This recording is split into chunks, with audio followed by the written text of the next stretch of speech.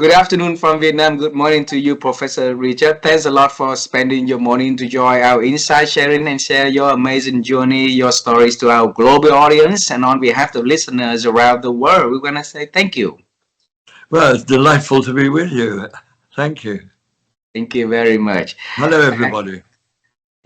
Professor Richard, this conversation is designed to let the people know more about your journey and why you're doing what you are doing, the lessons that they can learn from the years of work that you've been doing. And so there will be time traveling between, between you, between us. Okay, so I want to let you know in advance for that. Good. All righty. But because you haven't been to our country, so in our culture, it's very honored for our audience if we can have you to do a little introduction of who you are and what you want the people to know about Professor Richard. So could you do that that huge favor for us, please? Well, I'm an economist, but I believe that what matters in life is people's happiness rather than the GDP. So what I am trying to do, I have been for about 25 years, is to persuade people that we should have a society where people are enjoying their lives. That is the target. Should be everybody's target. It should be the target for politicians to create the conditions for people to have lives where they flourish and enjoy themselves. It should be the target for educators to help young people become citizens who enjoy their lives and contribute to the enjoyment of life by all their fellow citizens. And of course, it's how we should lead our own personal lives. We should be trying to create as much happiness in the world as we can. So for that reason, I'm a co-founder of a movement called Action for Happiness, which I hope some of your listeners will have a look at, Action for Happiness, which where people pledge to try to create as much happiness in the world as they can during the way they live. And I think that this is a very, very crucial change in the culture that we need worldwide to get away from a culture increasingly in the West, at least, where people are told your object is to be more successful than other people. This, of course, is a zero-sum game. Everyone who succeeds means somebody else has failed. We need to move to a positive sum way of living where we get our satisfaction from helping other people to succeed and gain satisfaction themselves. Wow.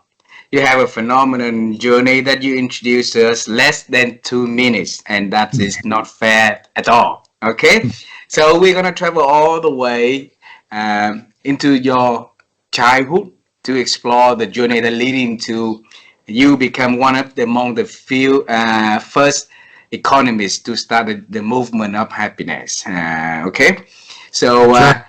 yes. So, Richard, when I was little, I always wanted to become an astronaut.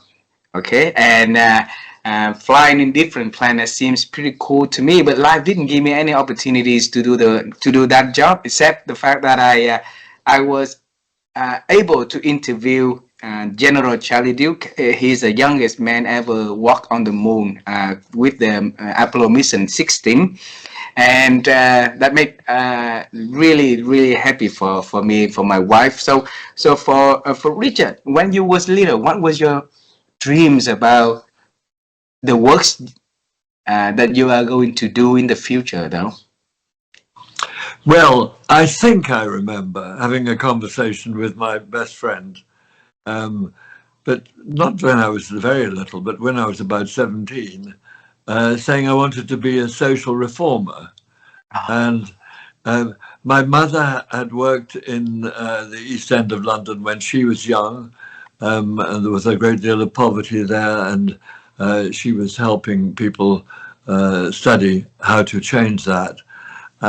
So I grew up, I think, with this sort of idea that one should try and find a way to improve other people's lives. Mm. Wow. All right. Besides your mom, who else in the family been an influencer for you to build up the dream of becoming social reformer at the age of 17? You say, how does the family have that effect? Who else, who else in your life back then that been a role model for you to have that dream at the age 17? Well, I'm saying that my mother had this experience when she was young, which I was aware of. I was aware of in 1945, I was 11, and we had the general election after the Second World War. Mm. And my parents were canvassing for the Labour Party, and the Labour Party won a landslide majority. So it was a time when people believed the world could be made better, and we had, the environment where I grew up in Oxford. We were in touch with some of these people who became members of Parliament and cabinet ministers and so on. So it didn't seem impossible that one could have an influence. Mm. So, in your dream of become a social influence, like reformer. Okay, so back then at 17 years old, what would you think of making change? What would I think would make a change? Yes.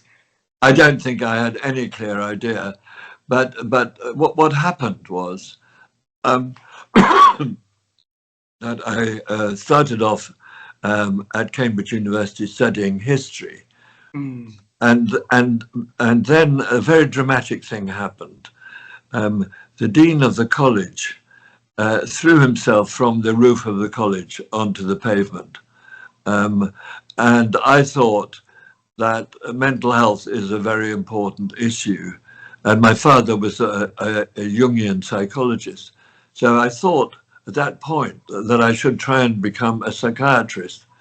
Actually, I never did become a psychiatrist because I had been in the army and I just couldn't tolerate being a student any longer.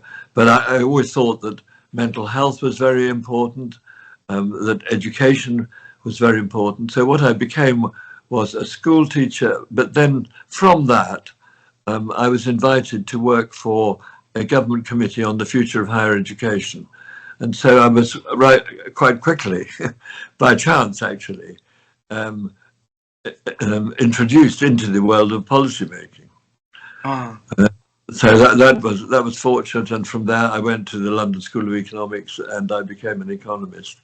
But I always had this interest in the happiness as the measure of the success of a society, which I had got from my reading of Jeremy Bentham, wonderful Enlightenment philosopher.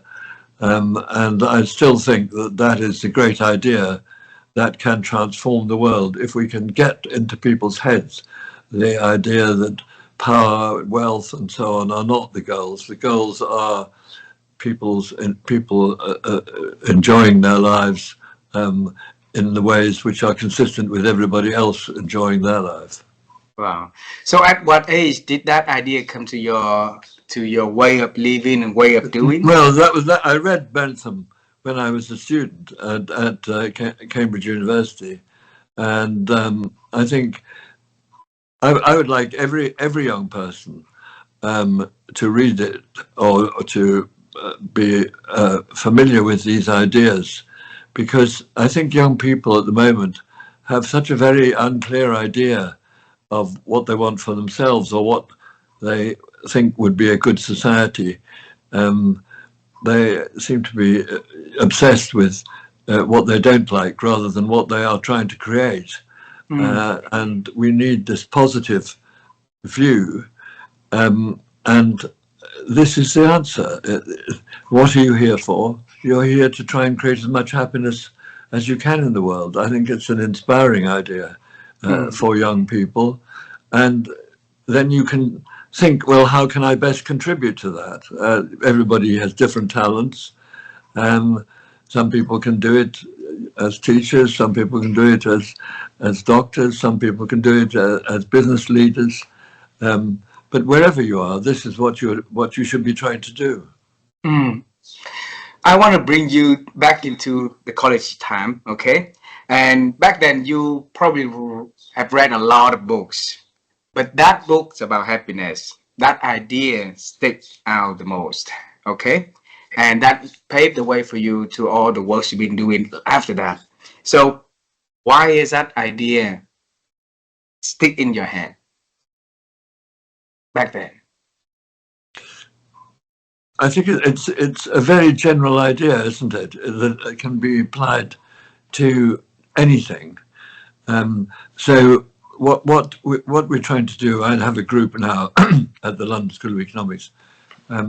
We are trying to show how people in any profession can think of their life and make their decisions with the aim of creating the most happiness they can. I wrote a little book called Can We Be Happier, where I went through the different professions and said what people can do in each profession to make the world a happier place.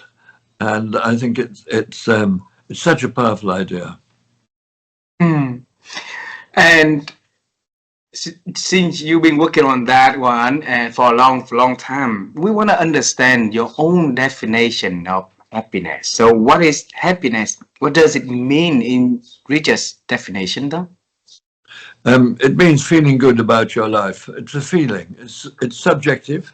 And some people say, how can it be that important? It's, quote, only subjective. This is an extraordinary view.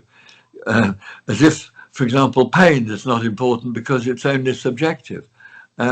The subjective is the ultimately most important thing for people, how we actually experience the world inside ourselves. And there are various ways, obviously, in which you can measure it. The question that we use most is overall, how satisfied are you with your life these days? And you answer either on a sliding scale or 0 to 10, 0, very dissatisfied, 10, completely satisfied. And we know a huge amount now about what explains how people answer these questions. And of course, it's not surprisingly, mental health comes out very high, as I had expected when I was young. Obviously, physical health also matters. Then human relationships are very important, family relationships, relationships at work, in the community, feeling safe on the street, and income. In advanced countries in particular, comes out below those other phenomena. And that's so whether you're trying to explain whether people are very happy or trying to explain whether they're very miserable. So we have to get a new perspective on the things which matter, and that will help us individually in making our own choices, not to sacrifice our family life too much for the sake of income or success, powerful success. And of course, the same is true for governments. We should be devoting enough resources to the things that support what really matters to people, which is their health and their relationships. And when you say it's subjective, so it's individual, definitions, right? So what I'm feeling about happiness may be different than what Professor Richard's feeling about happiness. And different stage of life, we also have different, definition or feelings of what happiness is. So is there any universal formulas on happiness that people can, relate to? The causes of happiness are different for different people, and of course, they're much affected by the culture and what is expected of you. That will affect your happiness, your sources of happiness, the things which you're brought up to think matter. But the feeling of happiness is the same for everybody. And of course, what we want to be able to do at some point is to discover the physical correlate of that feeling. So something is known. For example, neuroscientists find that in the striatal part of the brain, the level of activity there is quite closely related to what people say if you ask them questions about how happy they are. But we will have the science on an even more secure foundation when we can find more of the physical correlates of people's feelings. Mm.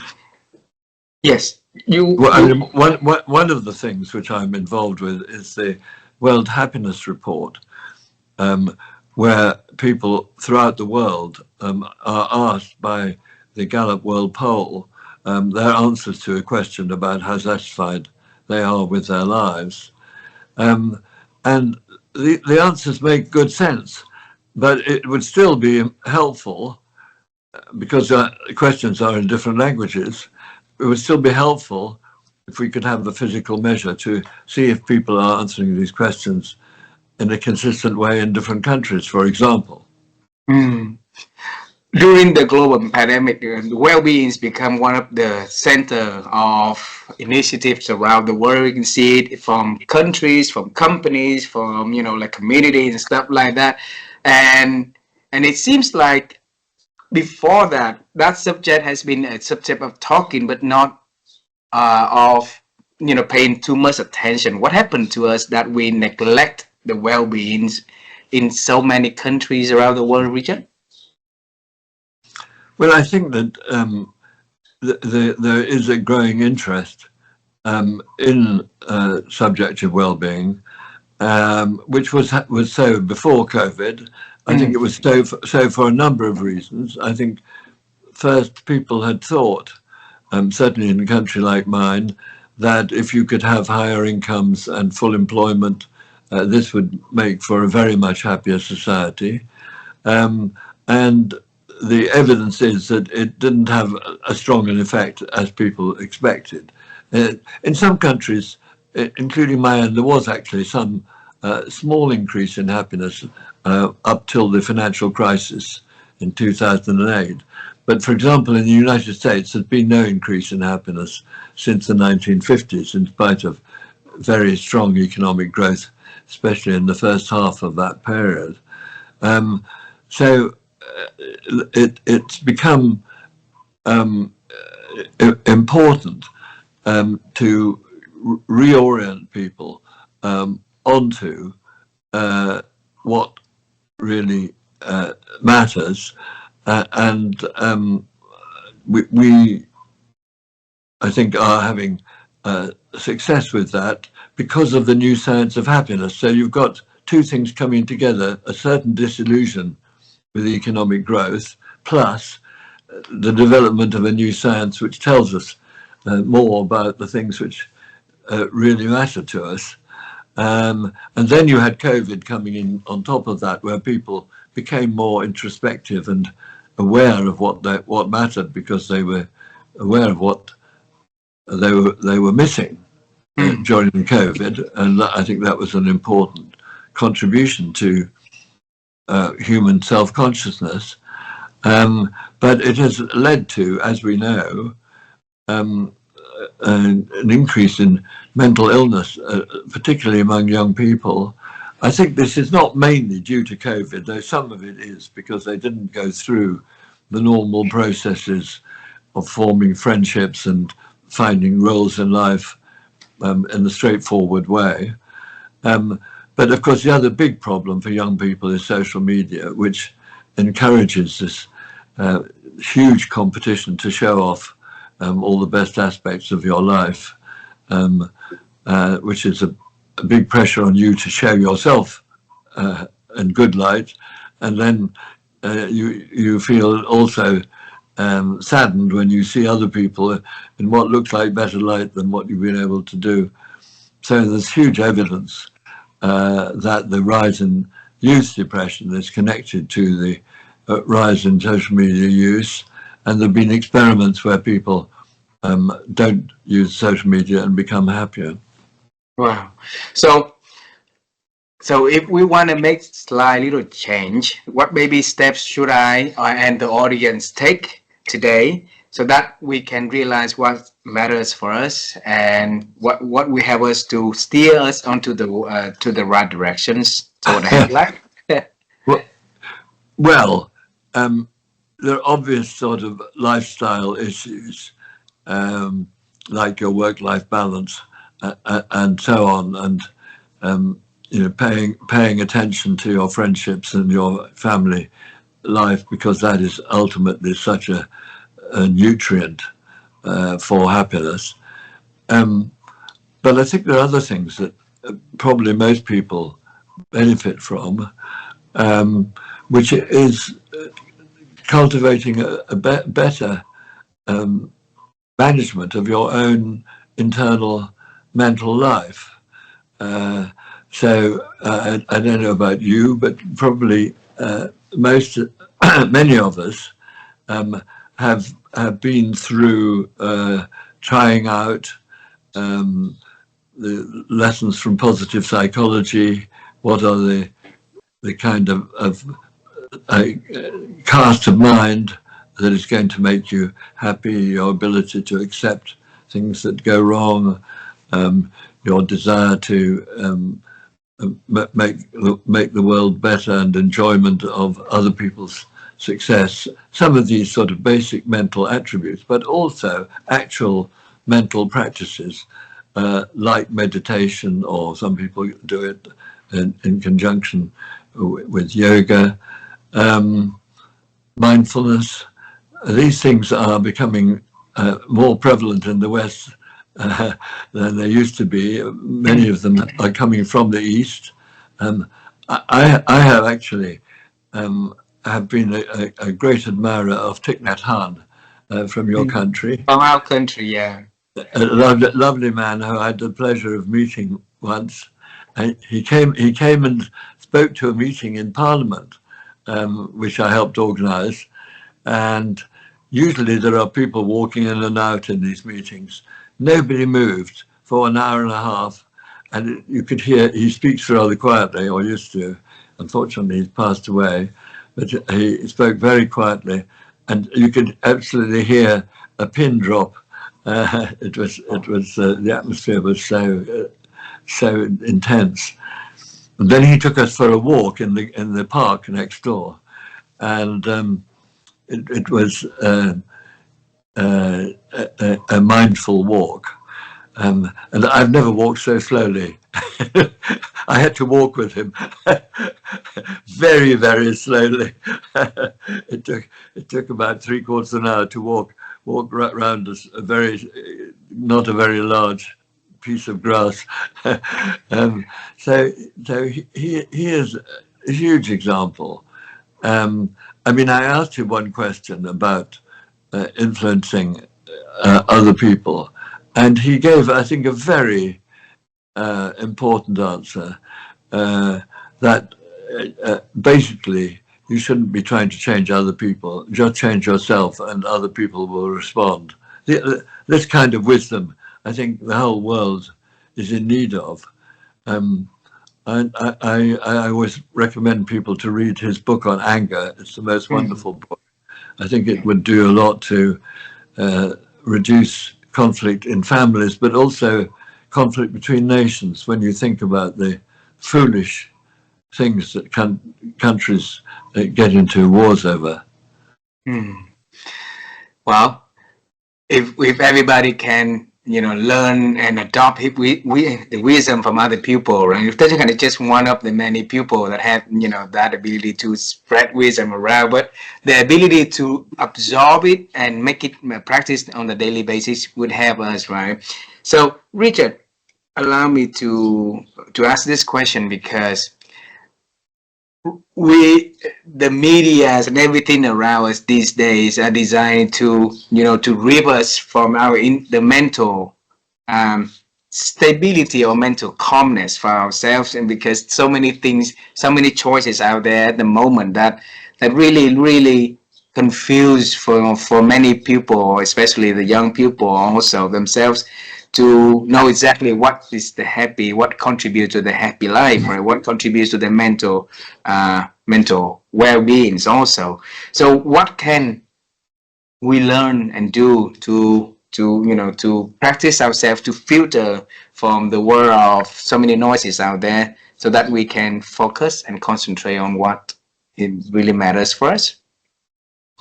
Well, I think one important thing, obviously, is to concentrate um, and think about what you can contribute to the world, to the lives of other people, because obviously obsession with yourself is one of the great causes of unhappiness, and I think if you can focus on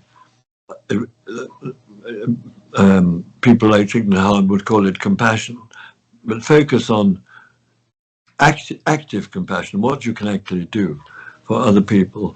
I think this is a very good way to escape the misery of self-obsession. Is any is there any research, anything regarding to active compassion, like you mentioned? Well, there are, of course, techniques of compassion meditation that you can learn, and we know something about their effects because neuroscientists like my friend Richard Davidson in Madison, Wisconsin, in the USA, have studied the activity of the brain during compassion and compassion meditation, and it's extraordinary how the brain activity is changing when compassion meditation is being performed. So I think everybody will find something which works for themselves. I think you have to search, and not everybody will find the same thing. But I think everybody needs to find some form of mental discipline, establishing connection with the better part of themselves. This is the way I try and do it, actually. I think this is very important because there's so much going on the surface, and you get dragged here and there by things you're trying to do or avoid, and you need to find the still center. So I have learned. I visited Bhutan once, and I went to visit a High Lama a couple of times, and he taught me some very good techniques. Everybody should find their own technique for centering themselves and achieving connection with the very best that they can be and feel. Richard, just in your own observation, okay, over the years, do you see that our ability and our compassionate ability is getting better, or getting normal, or getting down? You ask about the trends in compassion? Yes. Well, I think in Western countries, there have been studies, especially of students, what is important to them. And it's sad to say that the proportion of students who say that it's very important to me to contribute to the lives of others, this has fallen. So I think we are under threat from a very unhealthy kind of individualism, which to a degree I think is spreading from America outwards in the world. We have to resist this because it's not making people happy.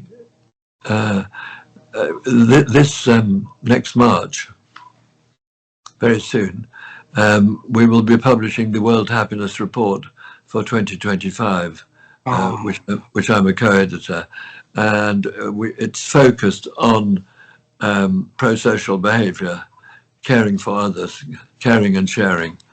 And it shows how people who care for other people become happier themselves, as well as making other people happier. So this is the foundation of the happy society, is one where people are caring for each other. We can see across countries, for example, that suicide rates are affected by the extent to which people are caring for each other. We can see all kinds of detailed things about how people care for each other. For example, if they are cooking for each other and having meals together, they are happier than if they eat alone. We have to move away from this very fragmented kind of society where we're into one where we're more engaged with other people. But one of the most important things which comes out in this report, which I hope everybody will look at, March the 20th, is that we underestimate the benevolence of other people. So there have been surveys where people have been asked, do you think that if a wallet is dropped in the street, it will be returned to its owner? And the number of people who say yes to this question is about half the number who actually, when somebody does experiments leaving wallets in the street, when they actually do get returned. So we underestimate benevolence of others. We don't trust people as much as we can do, and that introduces a gap between us and other people, which is not conducive to happiness. So what could we do to regain that trust in other people for each individual? Well, there's an experiment done at Stanford University, and it's reported in the World Happiness Report, where people are actually given evidence about the benevolence of other students.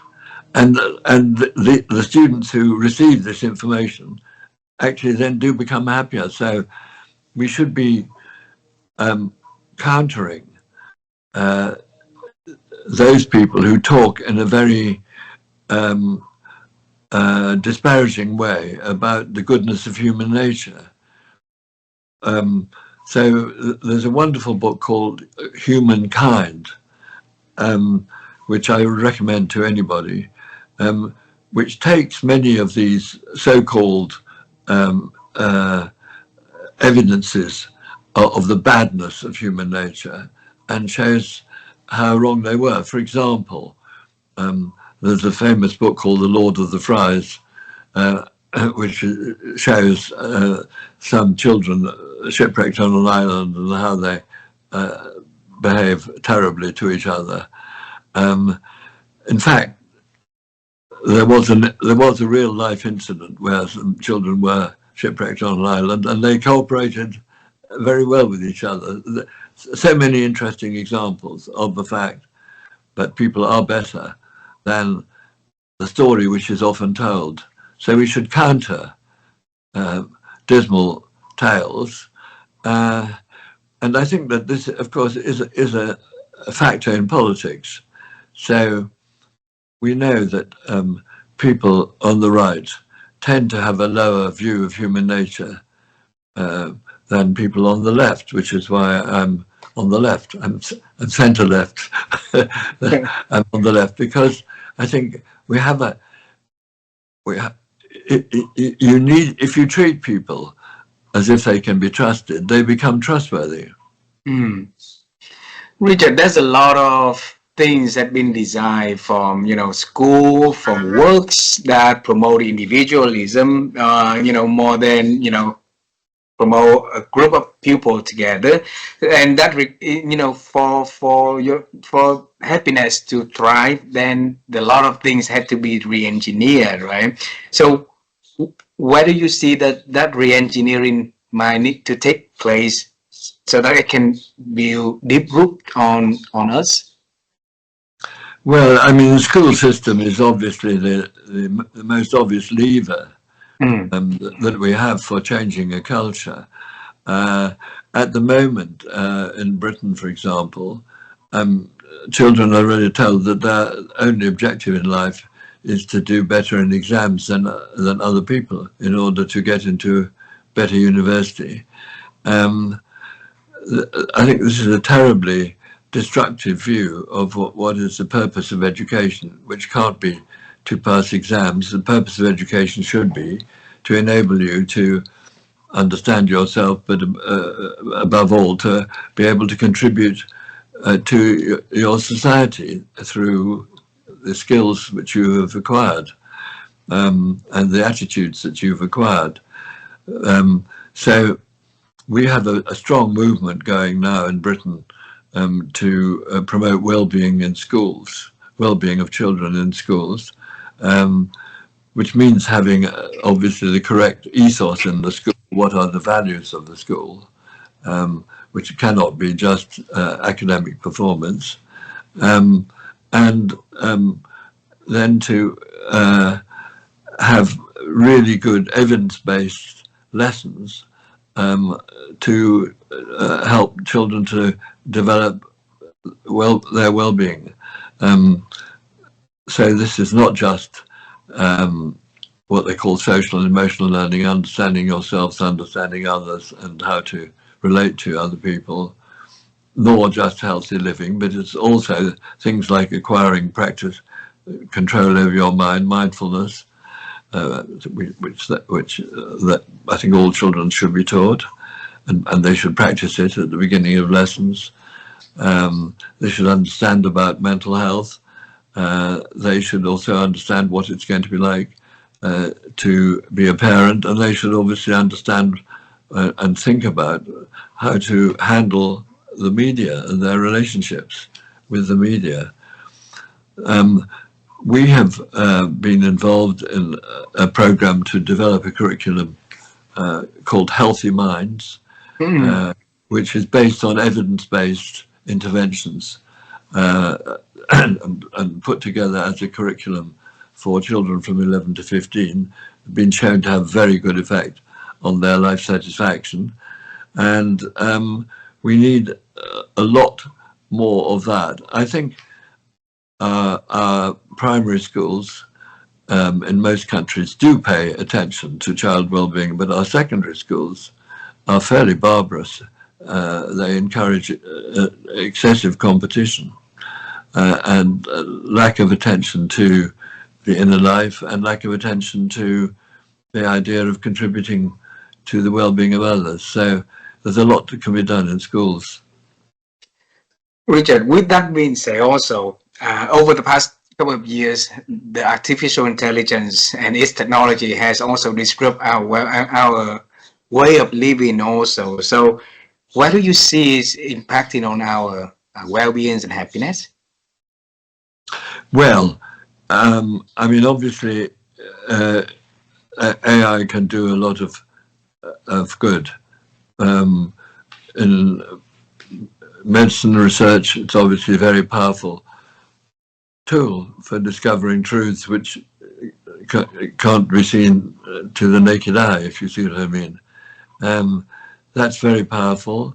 I think obviously in routine tasks, boring tasks can be eliminated.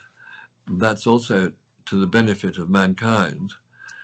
I think there is obviously a challenge in the sense that humans like to feel that they are achieving something by thinking something through. And if there's some machine that can do it better than they can, that it eliminates an important source of human satisfaction. So this is a big problem that we're going to have to tackle. And I think the only thing I could say about it is that, you know, all change produces challenges, but humans are very adaptive. So, they adapt to all kinds of challenges, and I'm pretty sure that we will adapt to this too. Beautiful. You mentioned the word think. I think a lot in this conversation. And my wife and I, for each speakers that we have a chance to interview like this, we always want to understand their secrets of thinking and how they grow and expand their ability to think. So for you, Professor Richard, how have you been growing your ability to think over the years? Gosh, what a question. um, well, I think it's varied. I mean, um, I'll say something which might not be what you would expect, but I mean, I think that mathematics is an incredibly important tool for thinking, and I never understood when I was at school. I found mathematics boring. It was never applied to any real world subject matter which interested me. So when I became an economist in my early 30s, I had to learn mathematics. And I think quantitative reasoning is incredibly important, and far too few people in our society do it as a natural habit of thought. I mean, I do find when I put my head on the pillow, I quite often am thinking about numbers, real world examples. I think that is an incredibly important dimension of thought, which ought to be something which all human beings are adept at. But I suppose the other main skill is managing your own mental life, obviously. And I don't think that until I got interested in well-being as a sort of my main focus of research and interest, I don't think that I had reflected and didn't have techniques for managing my mental life.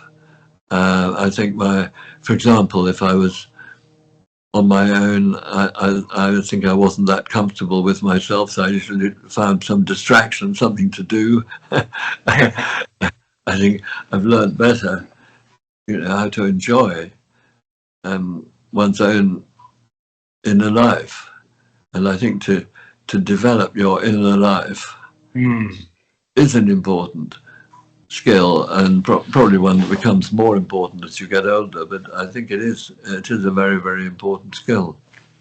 Wow. You the answer that you brought me and you just shared brought me back to the conversation you had with Nyekan when he gave you the word of wisdom that you don't change people, you change yourself, and then other people will follow, right? And the works that you've been doing over the years is to help the people to realize and the importance of well-being, of happiness in their lives, right? So it's basically helping to change their world, and it requires a lot of strength and commitment to doing so. Well, a lot of people now these days have a good idea to do, but then they would drop the balls, and then they're faced with challenge and with setbacks and stuff. So over the years, how can you summon that strength to continue walking the path of creating that change in the other people, Richard? Well, I think, curiosity is a very important human attribute, isn't it? And I think that and being curious is very important, and having an objective is very important. Both are very important, and I think that sort of what keeps one fresh, if that's your kind of your question,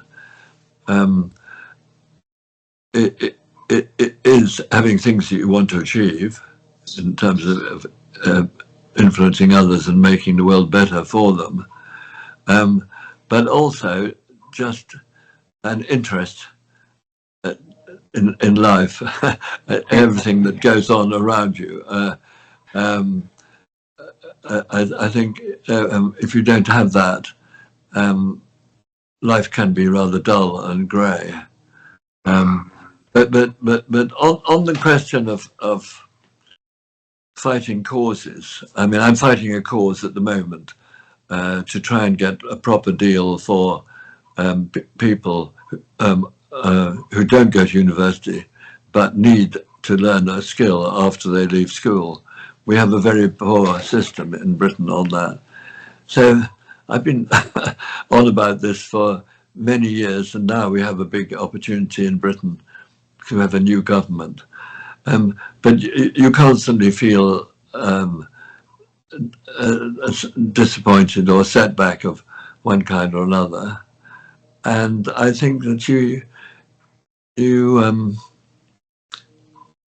well, let me tell you a Christian prayer. Yes. Which helps me. So it's sometimes called the prayer of St. Ignatius, so it wasn't devised by him. So it says, teach us, good Lord, to serve you as you deserve. And then it goes on to, hang on, let me get this right. Yes, to give and not to count the cost. To fight and not to heed the wounds. To toil and not to seek for rest. And to labour and not to seek for any reward, except to know that we are doing the right thing.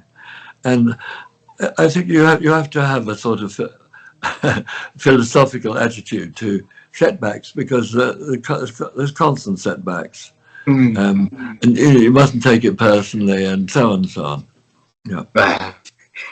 The last question for this beautiful conversation today, Richard, is if I can bring you now to see you at the 17 years old, when that Richard had the idea to become a social reformer, and then you're going to tell him the, the 73 years ahead of him now, the journey, the beautiful journey that you have been having, and he has been having. So what would you tell that young Richard about the future, though? I don't know, because of course what is striking looking back is the role of chance in things that have happened to you, people you've met, opportunities that have come. I